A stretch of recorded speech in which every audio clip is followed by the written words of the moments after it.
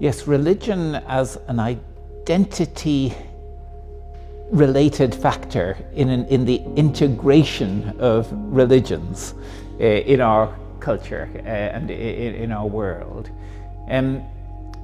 Well, religion obviously has been seen as highly problematic in relation to integration in many of our societies for very good reasons. I mean, when religion goes wrong, can go wrong in terrible ways. And the pathologies of religions are very obvious in the newspapers and have been for some decades. I mean, I see this as related to the fact that the corruption of the best is the worst, that it's exactly the things that grip people most deeply, that are most important to them, that go wrong in the most terrible ways. I mean, you just think of family life, and where most violence in the world is not on battlefields, but in families, actually. But we don't therefore do away with families. But I think the really crucial thing about religion, religious identity in our world, is whether the religions have the resources for trying to heal these situations, whether they can also be drawn on in order to help bring about peace in various ways. And I am a Christian myself, and I am absolutely convinced that the religions, not just Christianity, but other religions too, have very deep resources for trying to cope with the pathologies of our world, not just the interreligious ones, but the other problems like the environment and climate change and so forth to get today. And in fact, I think it's one of the most urgent things in the world today that we mobilize the resources of religions as well as possible in order to meet the problems both of the religions and of the wider world. I mean, with 84% or so of the world's population directly involved with the major religions, if we don't mobilize them in relation to something as big and important as climate change, then we have missed out on one of the most important factors in the situation. So I think that we therefore need to do that. I think one of the obvious things about religion, our world is pluralist, and the question is, how can we, not whether the fact of pluralism is there, that's obviously it is, but whether we can have a healthily plural world. And I think the religions need to draw on their depths in order to do this. It's no use having a pluralism that's shallow, where everyone agrees on something shared, which is actually, when you put it to any stress, it breaks up. And it's shown that they aren't really together at all. You need to be able to go as deep as possible. And so therefore what we need, it seems to me, is a pluralism of multiple depths, where these depths of the religions are in conversation with each other, and hopefully in collaboration with each other, and even further, are in long-term relationships, which I would, from within one of the Abrahamic traditions, call a covenantal relationship. In other words, a long-term commitment to each other, which commits them to conversation and collaboration, even while recognizing that they still have deep differences from each other.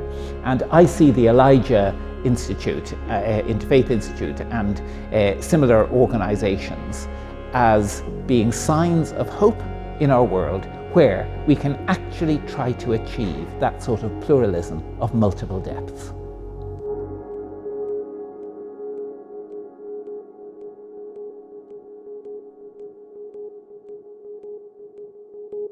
No.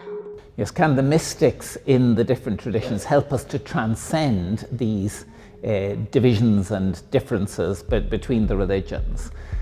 Yes, that is a really complex question. I mean, on the one hand, there's no doubt that there are diverse traditions in the different religions that are called mystical, which vary enormously among themselves, and even within particular religions, there are very diverse traditions, and that they are ways of trying to get at the depth of those traditions, trying to mobilize the depths, and that they are gloriously rich in what they do, and that they are fascinating and very, very important. So, on the one hand, mysticism, it seems to me, is clearly an important factor in a whole range of religious traditions.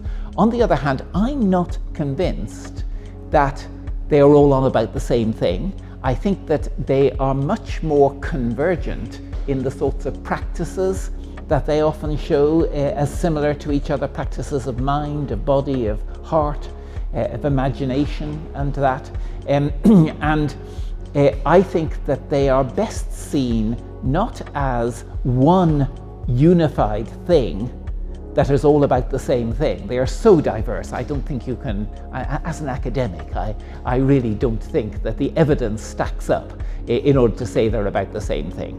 But that they are, there's a family resemblance between them, and that they are important in relation to the different traditions, that they do go deep, and that they therefore need to be part of what I have called a pluralism of multiple depths, where they are plural and they should be brought into conversation with each other, as we are doing here in Extremadura, and that they should also be brought into collaboration. They should be the grounds of collaboration across the different religious traditions. I just don't happen to agree that they transcend the particularities. One of the participants in the meeting we're having here in Extremadura talked about healthy particularity.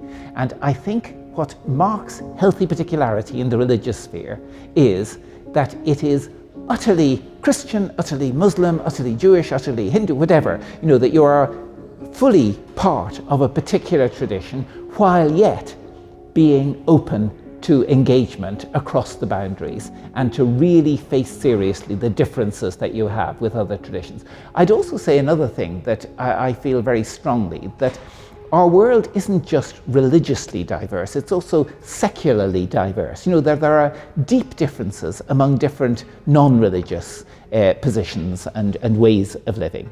And if we want to have a chance of tackling seriously the major things that affect all of humanity, such as climate change, but there's many others as well, wars of various sorts, conflicts and so forth, that then we need to have alliances that are both multi-religious and multi-secular.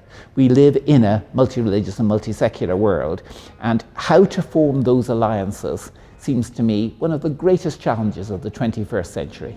And I think that the mystics in the different traditions can help with that, but that we shouldn't be overconfident that they have all the answers either, that we need to engage in many different strategies. The one that I have found most helpful myself is a practice called scriptural reasoning, which began about 25 years ago. It grew out of a Jewish group actually called textual reasoning, and then some of us Christians joined with them, and then Muslims.